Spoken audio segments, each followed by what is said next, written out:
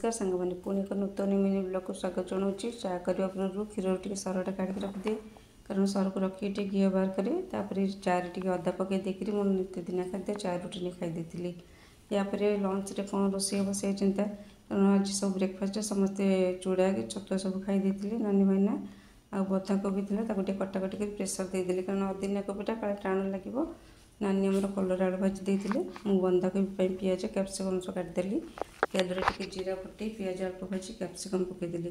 capsicum भाजीगला पर tomato लुण हल्दी meet मसला पकईकि कोबी सीजा को पकईदेली पानी मरिया चाहिए हाई फ्लेम बसिकी धनिया पत्र पकईदेली